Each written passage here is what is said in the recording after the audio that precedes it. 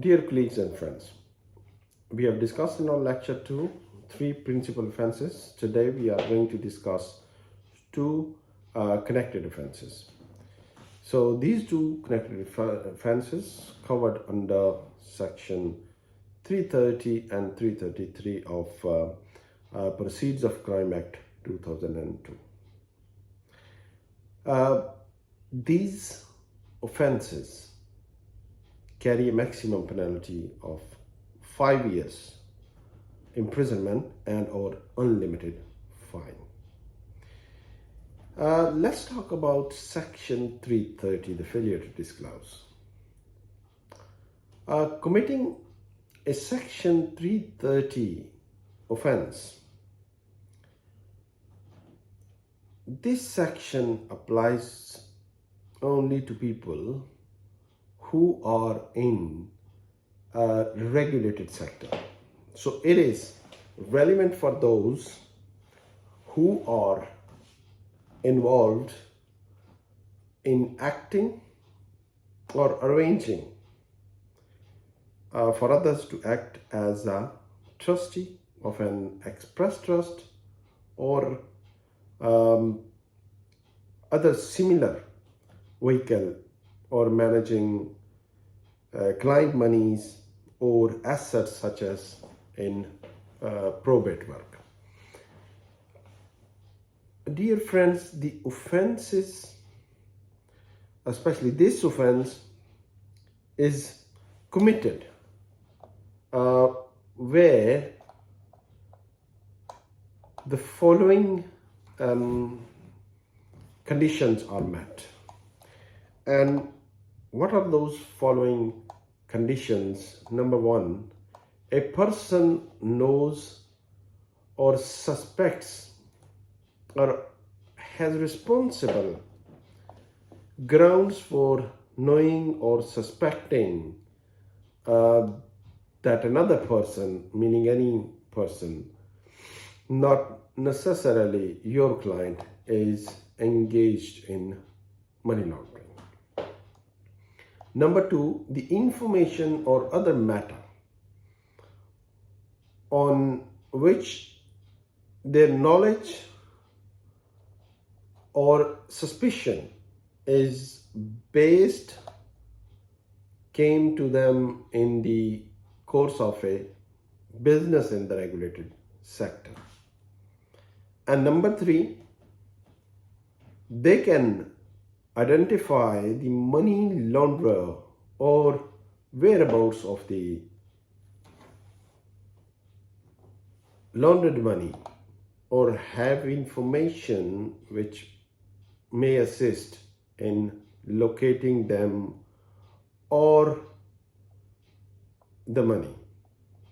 And on number four, they do not make the required disclosure as soon as is practical after the information or other matter comes to them. There is a warning in this offense, or for this offense. It is important to note that unlike the principal money laundering offenses, it can be implemented that you should have known or suspected that a person was involved in money laundering. My friends, it may be unsafe to assume that the small amount of information you might have about a potential suspect is not of assistance to the police. If in doubt, you should consider reporting it. Once you have made the report to your MLRO, you will have a defense. That's a very good thing. And let's move on to the next. Friends, for lawyers involved in instructions, if you receive information that your client is money laundering you may be at risk of committing section 330 offense if you do not report it to your MLRO. There are other or further defenses for this offense, and those are 3 further defenses to this offense. Number 1, this is relating to the employees. If employee is not trained, this defense will clearly not be available to solicitors or other fee earners who have successfully completed AML trainings, such as the course we are doing now. Number 2, the reasonable excuse. It is not clear what reasonable excuse is. Then on number 3, privileged circumstances. A legal professional does not commit the offense if the information came to them in privileged circumstances. And in general, the crime or the fraud exemption, this defense may be lost if the intention behind seeking privilege is to further the criminal purpose. Dear friends, therefore, if you know or suspect someone is involved in money laundering, you should report it to MLRO immediately. Let's talk about the second connected offense, which is very famous, tipping off.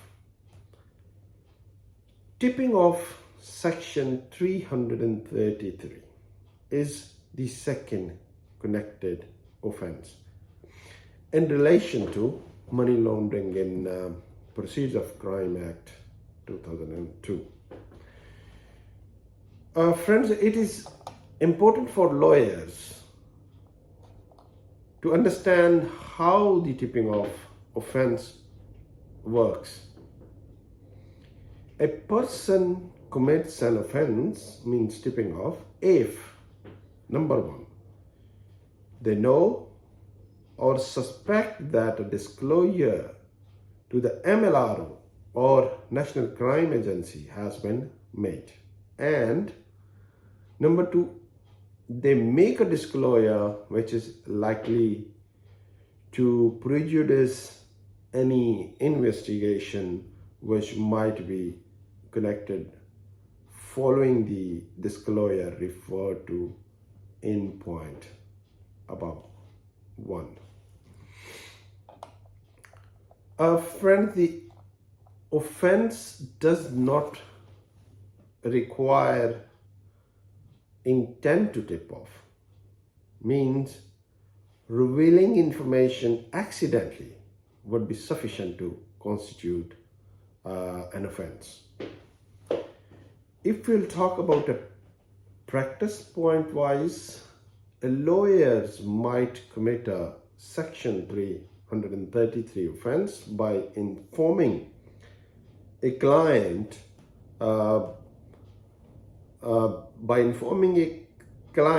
that they are waiting for consent from National Crime Agency by way of explaining for delay in the matter, which is dangerous.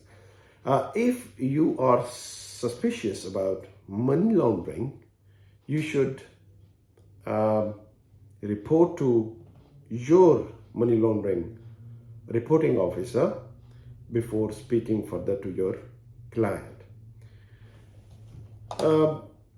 How can you protect yourself from tipping off? Colleagues, to protect yourself from committing a section 333 offense, you should, number one, limit the people you discuss your concerns with to your money laundering reporting officers, and possibly if your money laundering reporting officers agrees, your head of department. And number two, be careful about the information you keep on the client's file. It is good practice to keep any email about suspicious activity away from the client's file. In case the client ever requests a copy of their file, it could be kept in a separate file by the money laundering reporting officers. If you know or suspect a client is involved in money laundering, always report it to your money laundering reporting officer before speaking further to your client. In the end of this lecture, let's check our knowledge. The question for this session or lecture is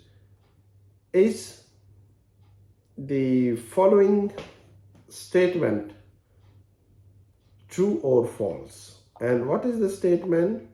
Statement is you cannot commit a tipping off offense unless you tell the client you have reported them to the police. You have to answer me by saying true or false. You already have my mobile number, which is also my WhatsApp number is 078-588-4882, and my email address is safi@solicitizen.co.uk. I'll wait for your answer. For today, thank you very much for watching me. You take care. I hope you will comply the information we have discussed in this lecture for yourself and for your law firms. In the end, I would like to tell you this is a course designed by the Law Society and Solicitors Regulation Authority, and this is a compulsory course. Any practicing solicitor, sole practitioner, or law firms in the United Kingdom. Thank you very much. You take care, and I hope you enjoyed this session which we have completed today. Thank you.